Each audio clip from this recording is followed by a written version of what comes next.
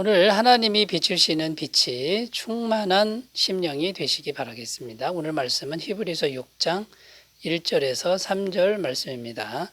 그러므로 우리가 그리스도의 도의 초보를 버리고 죽은 행실을 회개함과 하나님께 대한 신앙과 세례들과 안수와 죽은 자의 부활과 영원한 심판에 관한 교훈의 털을 다시 닦지 말고 완전한 대로 나아갈지니라.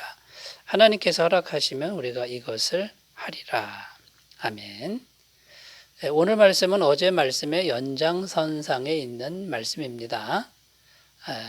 어떻게 하면 어린아이 신앙에서 장성한 자의 신앙으로 갈 수 있는가?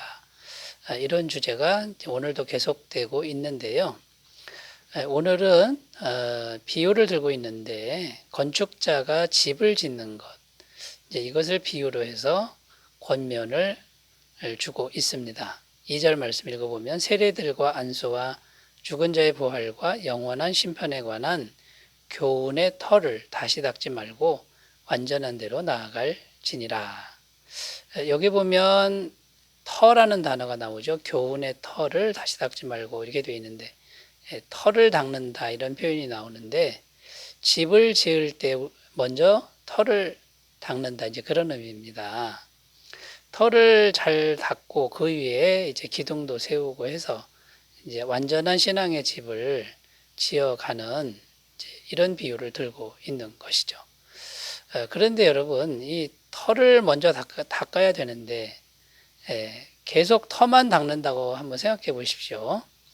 계속 터만 닦는다 그러면 이게 참 말이 안 되는 거죠. 우스운 그런 일이 되는 거고요. 또 털을 닦아놓고 가만히 있으면, 터만 닦아놓고 가만히 있으면 집이 이제 지어지지 않는 것이죠. 지금 그런 말씀을 지금 주고 있다라는 겁니다.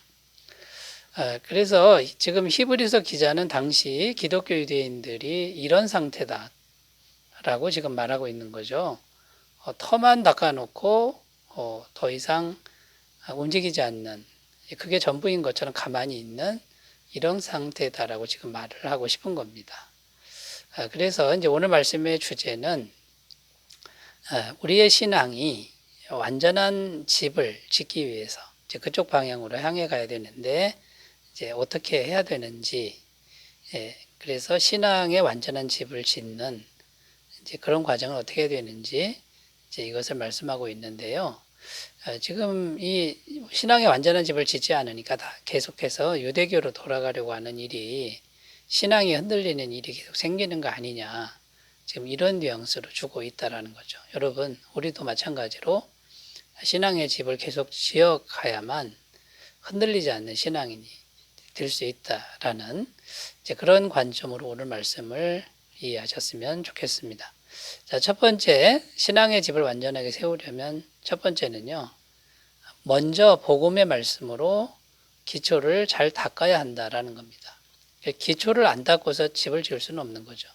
1절, 2절 다시 읽으면요, 그러므로 우리가 그리스도의 도의 초보를 버리고 죽은 행실을 회개함과 하나님께 대한 신앙과 세례들과 안수와 죽은 자의 부활과 영원한 심판에 관한 교훈의 털을 다시 닦지 말고 완전한 대로 나아갈지니라. 여기 보면 교훈의 털을 다시 닦지 말고, 이 말은 터는 이미 닦여 있다. 이제는 완전한 집을 향해서 움직여야 된다. 전진해야 된다. 이런 말씀이 되는 거죠. 그러니까 여러분, 완전한 집을 지으려면 이제 먼저 털을 닦아야 된다. 이거는 뭐 기정사실입니다. 이건 움직일 수 없는 진리인 거죠. 그래서 털을 잘 닦았는지 이걸 우리가 살펴봐야 되는데, 털을 부실하게 닦아 놓으면 이제 부실 공사가 되는 거죠. 집이 흔들리게 되는 거죠. 그러면서 6가지 이제 신앙의 교훈들, 신앙의 털을 이제 닦을 수 있는 6가지 교훈들을 말씀하고 있는데, 회개, 신앙, 세례들, 안수, 부활, 심판, 이것을 언급하고 있습니다. 자, 이게 6가지 얘기하는데요. 구원받을 때의 복음의 기본적인 주제들입니다. 우리가 복음을 들으면 거기에 다 담겨 있는 이제 그런 진리들인 것이죠. 그래서 이 복음의 핵심적인 주제 우리가 몇 가지만 좀 살펴보면요. 십자가 피로 인한 죄사함, 피값으로 지불한 죄사함, 이게 가장 중요한 신앙의 터가 되는 거죠. 에베소서 1장 7절, 우리는 그리스도 안에서 그의 은혜의 풍성함을 따라 그의 피로 말미암아 속량 곧 죄사함을 받았느니라. 그러니까 십자가에 흘린 피로 인한 죄사함, 이 죄사함이 일단 있어야 하나님과 연결이 되고 하나님 백성이 되는 겁니다. 하나님 은혜가 임하게 되는 것이죠. 이게 가장 중요하고요. 두 번째는 우리 마음에 예수님을 주인으로 영접하는 것이다 라는 겁니다. 요한복음 1장 12절, 영접하는 자 곧 그 이름을 믿는 자들에게는 하나님의 자녀가 되는 권세를 주셨으니, 여기 영접한다 이렇게 되어 있는데 단 한 번의 진지한 영접입니다. 단 한 번의 진지한 결단. 그래서 예수님을 영접하는데 심심풀이로 영접하는 게 아니라 내 평생의 주인으로 예수님을 영접하는 결단을 하는 것이죠.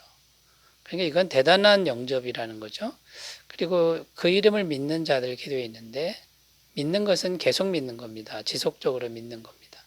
그러니까 단 한 번 예수님을 진짜 주인으로 영접한 이후에는 이제 그분만 신뢰하고 살아가는 이제 이런 말씀이 요한복음 1장 12절 말씀이라는 거죠. 여러분, 그러니까 이게 신앙의 가장 기본적인 터가 되는 것입니다. 예수님 십자가 피로 인한 완벽한 죄사함과 그 다음에 이제는 예수님이 내 마음의 주인이 되었다. 자, 이 터가 잘 닦여 있는지 우리 모두 다시 한번 확인하고요. 이 터가 흔들린다 그러면 부실공사입니다. 그러나 이 터가 확실하다 그러면 이제는 집을 세울 수가 있다라는 것이죠. 자, 두 번째로 가보면요. 터가 잘 닦였으면 그 다음에 그리스도의 장성한 분량으로 이제 전진해야 한다. 아까 읽은 1절, 2절 말씀해 보면 교훈의 터를 다시 닦지 말고 완전한 대로 나아갈지니라. 이제 집을 완전히 짓는 대로 전진해야 된다. 이제 이런 내용이 이제 되는 거죠. 그래서 그 목표가 뭐냐면 완전한 집의 목표는 그리스도의 장성한 분량이다. 이렇게 성경은 증언합니다. 에베소 4장 13절, 우리가 다 하나님의 아들을 믿는 것과 아는 일에 하나가 되어 온전한 사람을 이루어 그리스도의 장성한 분량이 충만한 데까지 이르리니. 그러니까 그리스도의 장성한 분량, 말이 좀 어려운데 내 마음이 예수님 마음으로 꽉 차는 걸 말하는 겁니다. 내 마음은 이기적이고 욕심 많고 두렵고 연약하죠. 그러나 예수님 마음이 들어오면 사랑의 마음, 이타적인 마음, 섬기는 마음, 그 다음 평강의 마음, 이런 것들이 들어옵니다. 그래서 세 가지를 저는 강조하고 싶은데, 첫 번째는 순종입니다. 마태복음 16장 24절, 이에 예수께서 제자들에게 이르시되 누구든지 나를 따라오려거든 자기를 부인하고 자기 십자가를 지고 나를 따를 것이니라. 죽어도 예수님만 따라가는 이런 마음이 그리스도의 장성한 마음이죠. 다음은 성품인데요. 성령의 열매를 들 수 있습니다. 갈라디아서 5장 22절, 23절. 오직 성령의 열매는 사랑과 희락과 화평과 오래 참음과 자비와 양선과 충성과 온유와 절제니 이 같은 것을 금지할 법이 없느니라. 이 성령의 열매는 예수님의 성품이죠. 이 예수님의 성품으로 내 마음이 충만해지는 이것이 그리스도의 장성한 분량이 된다라는 것이고요. 세 번째는 성령 충만입니다.